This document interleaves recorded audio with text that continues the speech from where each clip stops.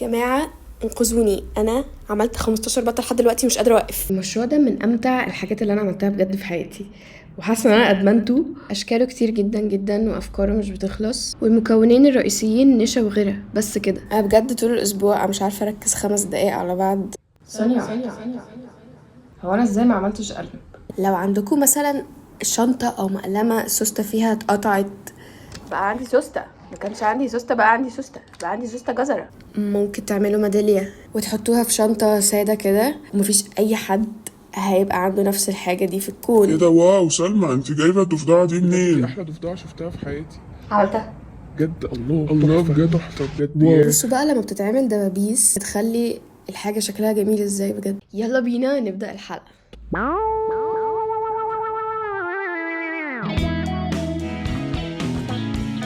برنامج سلمى داز يتميز عن الاخرين. عندنا بهدله، عندنا مسمره، عندنا صنفره، عندنا معجنه، عندنا شحطه، وكمان عندنا حاجات تافهه زي مثلا ضفدعه مبلبطه او بطوطه صغنططه، برضو ده موجود.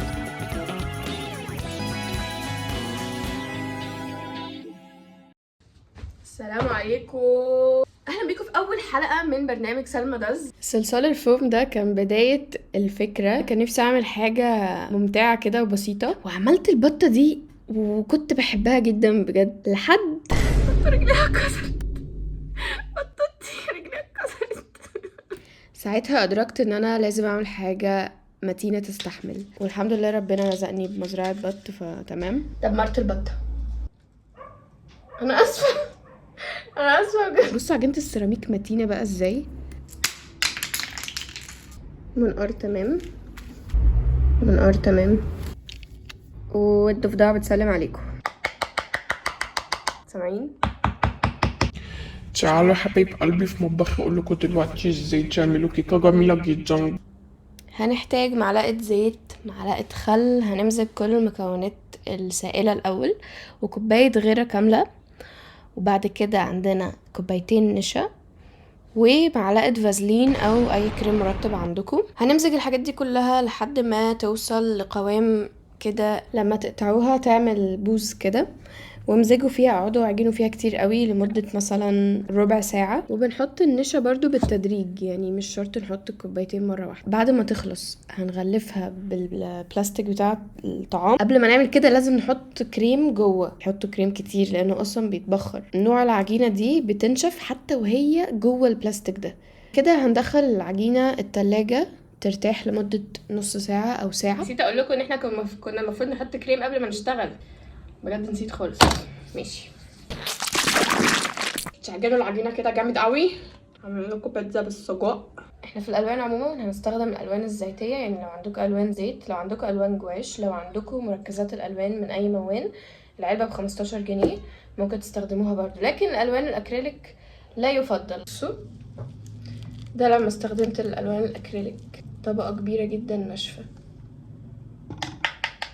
طلعت العجينة من التلاجة، هسيبها تبقى في درجة حرارة الغرفة نص ساعة. بعد التلاجة مثلا نغسل ايدينا كويس، والسطح لازم يبقى نضيف جدا وأملس.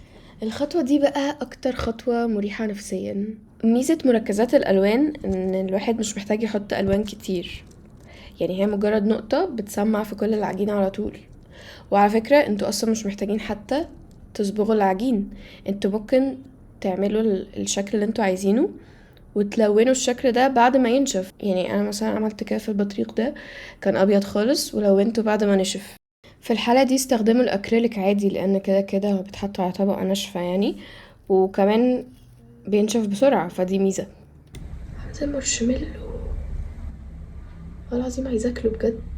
حط جنبي شوية غرب مية كده عشان لو احتجت ألزق حاجات في بعضها. بعد كده رجلين صغننين، بس عملتها هنا شكلها.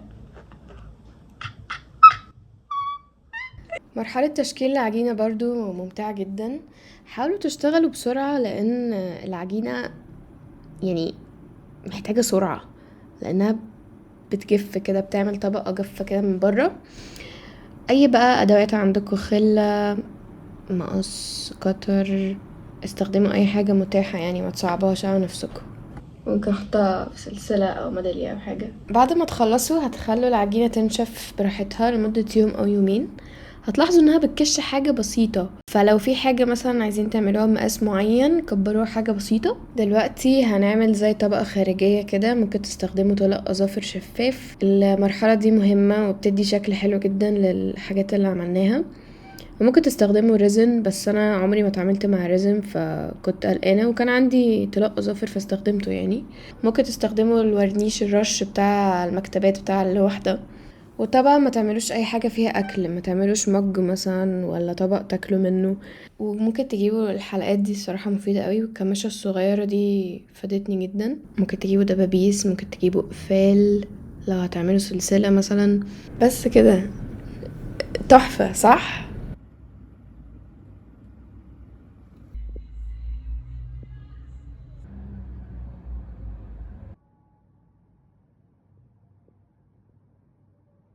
شكرا جدا اتفرجت على اول حلقه من برنامج اشوفكم الحلقه الجايه. سلام.